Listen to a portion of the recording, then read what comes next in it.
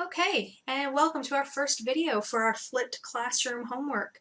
The first video is going to focus on the water cycle and how it is going to relate to weather. As we go throughout the video, make sure you are taking notes on both the keywords and information you see on the screen, and then anything else that I might say or emphasize, listen for that as well. At the end of the video, after the video is done and you finish your notes, you can either go back and rewatch it to add to your notes or to clarify things. You can be done, or you can rewatch certain parts of it.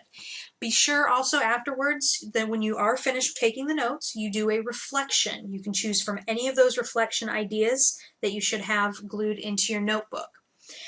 We are going to go through the water cycle, add to some of the things that you learned in elementary school. This is a little bit review, a little bit addition, adding on to what you already know. So, we all learned that the water cycle, the basic process of evaporation, condensation, precipitation, and then runoff, and then it kind of keeps going through that. We're going to add a few terms to that. After that runoff stage here, we've just got the word accumulation, and that just is the word what we use for all the water that gets collected in the oceans and lakes. We've also changed runoff into a couple different types of runoff. We've got surface runoff, which is exactly what it sounds, runoff that stays on the surface, and then we've got subsurface or underground runoff, and we'll talk about what that means more in detail. The other thing we've kind of got going here is transpiration, which you can see comes from the trees. The transpiration leads to condensation and then falls right back into the cycle. So we've kind of almost got two cycles going on together that run at the same time.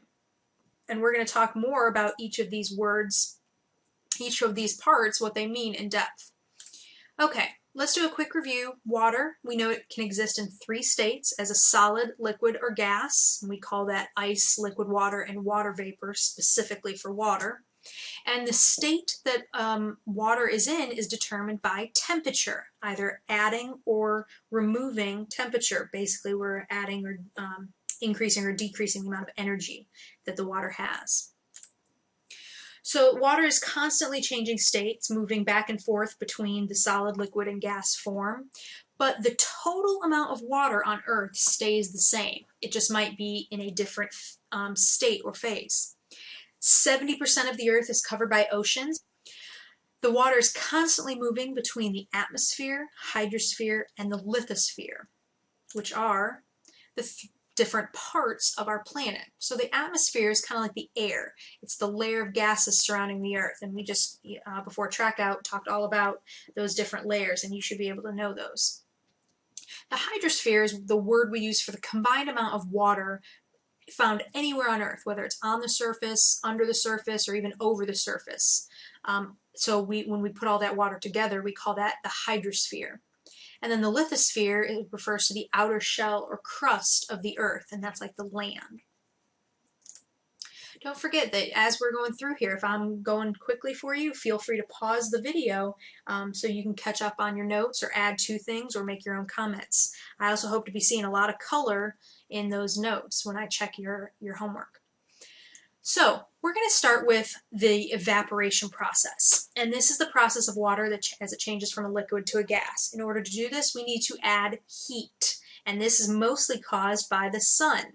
The sun is what drives our weather. It's what makes the water cycle happen. Whether the sun is heating water so that it evaporates, or it is heating the land, which causes uneven heating surfaces leading to wind, which we will talk about in another video. The sun is what causes most of our weather. During evaporation, anything that's in the water, any impurities, are left behind. So for example, if you have a salt water and you put a dish of salt water in a windowsill where it can evaporate, the water will all evaporate and go away, but it will leave like a white filmy residue, and that is the salt. The salt does not evaporate with the water. All right, we talked about that word, transpiration, and this is similar to evaporation, only this water comes from plants. So transpiration is water that is moving from the roots of the plant up through the plant and then evaporates out of the leaves into to vapor. So water is absorbed by plants through the roots from the water in the soil, and it travels up through the plant, and then there are little tiny pores or openings on the bottom of plant leaves that are called stomas, and the water evaporates from there. So that whole process of the water going in through the roots, moving up through the plant, and then evaporating out of the leaves is the process of transpiration. And you can see here that both evaporation and transpiration cause the water to get back up into the atmosphere. Okay, moving on to condensation. This is the process of water changing from a gas to a liquid and is caused by a decrease in temperature. We know that in the troposphere, as we increase altitude, temperature decreases. As the water is evaporating, it is rising up into the atmosphere and cooling off, which causes it to condense. When it occurs up in the atmosphere, that's what forms clouds. You've seen condensation on a cold glass, on a hot summer day down here on the ground, but when it occurs up in the air, that's when we get clouds. And those small water droplets condense in the air and form clouds, or they form fog, which is really just a cloud here at ground level. All right, precipitation. Those water droplets form into that cloud, they're moving around and they collect together more and more and they get heavy and they eventually fall to the ground. We all know the forms: rain, sleet, hail, freezing rain, and snow. And most precipitation falls into the oceans and on land and is a liquid. Some, or eventually becomes a liquid, snow and hail do melt. Some precipitation can stay in its solid form in snow and accumulates in glaciers and in ice caps. Finally, we're going to talk about runoff and infiltration. Surface runoff is what we've learned, where the water kind of comes down in precipitation and then runs off the ground into lakes, rivers, oceans, etc.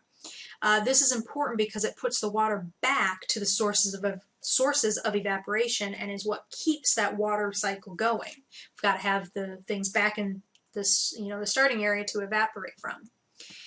Infiltration is that other part we added in the very beginning, if you remember, the subsurface runoff. And infiltration is the downward movement of water from the land surface into the soil or the underlying rock layers. And a couple of things can happen. That water that goes down into the ground can either replenish aquifers, which are underground freshwater reservoirs. So if people who have a well, that's where they get their water from, these deep underground pockets of water called aquifers.